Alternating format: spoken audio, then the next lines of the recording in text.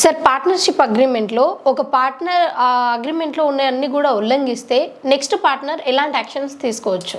జనరల్గా partnership forms ఉన్నప్పుడు ఒకరినొకరు నమ్మి వాళ్ళు పార్ట్నర్షిప్కి ఎంటర్ అవుతారు.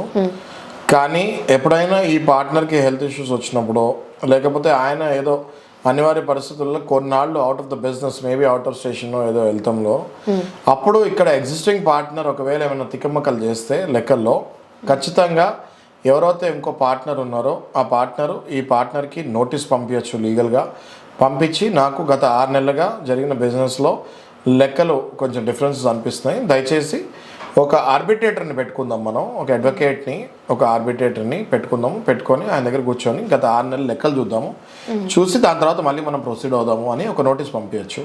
లేదా ఇంకా ఆయన నోటీస్ కూడా స్పందించట్లేదు అనుకుంటే అవతల పార్ట్నర్ మీద cheating case, recovery of money కూడా వేయచ్చు.